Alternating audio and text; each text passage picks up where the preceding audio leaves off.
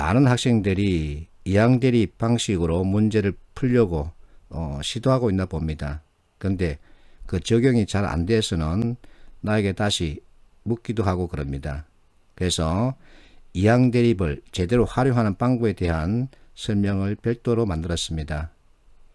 자, 15일입니다. 어떤 학생이 이 문제를 올려줬습니다.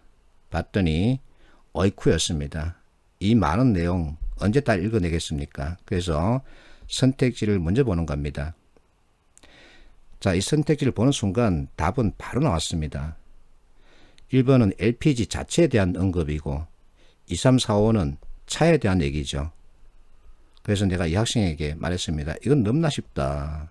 이것을 문제로 올리니 이것을 읽으려고 하지 말고 일단은 선택지를 먼저 봐라.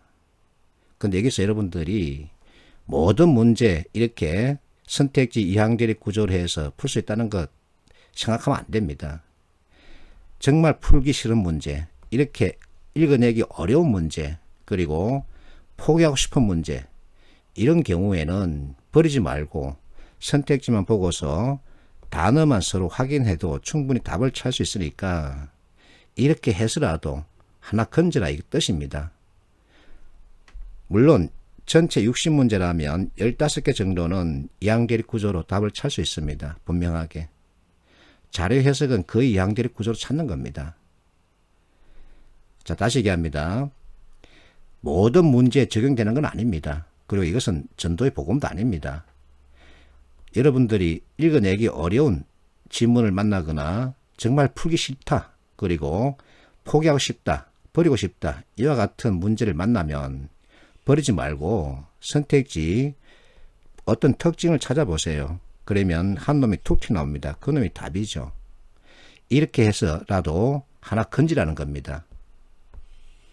같은 날입니다. 어떤 학생이 이 문제를 올려줬는데, 자, 이 지문 역시 어이쿠입니다. 이 글 언제 읽어내겠습니까? 그래서 앞에서 얘기했듯이 읽기 어렵다, 아우 정말 짜증난다, 풀기 싫다, 버리고 싶다, 이와 같은 경우에는 선택지를 유심히 살펴보는 겁니다. 자, 다른 하나, 이 자체가 이미 이항대립 구조죠. 5개 가운데 특징, 다른 것이 하나 있다 이겁니다.